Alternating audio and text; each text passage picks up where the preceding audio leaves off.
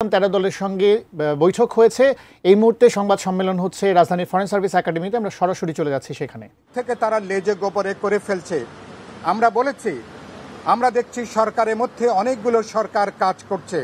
কার্যত আমরা বলেছি প্রধান উপদেষ্টার নেতৃত্বে আমরা মাত্র একটা সরকার দেখতে চাই, এবং এই পরিস্থিতি যদি চলতে থাকে তাহলে আমরা বলেছি তাহলে এই পরিস্থিতি ভবিষ্যতে আরও অস্থিতিশীল অবস্থা, আরও নৈরাজ্যিক পরিস্থিতি, আরও নানা ধরনের নাশকতার আশঙ্কা আমরা করেছি।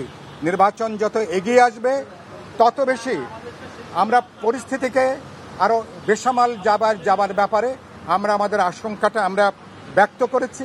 এসি কেনার কথা ভাবছেন? ভিশন দিচ্ছে যে কোনো এসিতে 15% নিশ্চিত ছাড়। এছাড়াও থাকছে মানি ব্যাক গ্যারান্টি নিশ্চয়তা। আমরা বলেছি বাংলাদেশ তার ইতিহাসের একটা গুরুতর নিরাপত্তাহীনতার মধ্যে বাংলাদেশ এখন যাচ্ছে। জাতীয় নিরাপত্তাও নানা দিক থেকে এখন ইতিমধ্যেই বিপন্ন হয়েছে।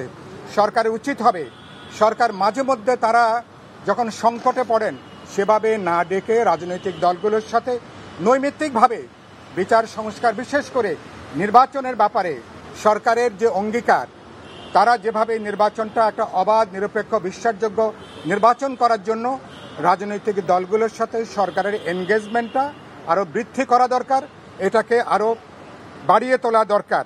শেষে আমি যে কথাটা বলেছি, আমরা বলেছি আমরা রাজনৈতিক দলগুলো যেভাবে আপনাদেরকে এক কাট্টা সমর্থন জুগিয়ে যাচ্ছি, দুর্ভাগ্যজনকভাবে আপনারা রাজনৈতিক দলের সমর্থনটাকে কার্যকরভাবে আপনারা ব্যবহার করতে পারছেন না। কোনো কোনো ক্ষেত্রে আমাদের সহযোগিতাকে দুর্বলতা হিসাবেও অনেকে বিবেচনা করছেন। সেই জায়গাতে পরিস্থিতিটা বাস্তবে নিয়ন্ত্রণের বাইরে সেখানে চলে যাচ্ছে।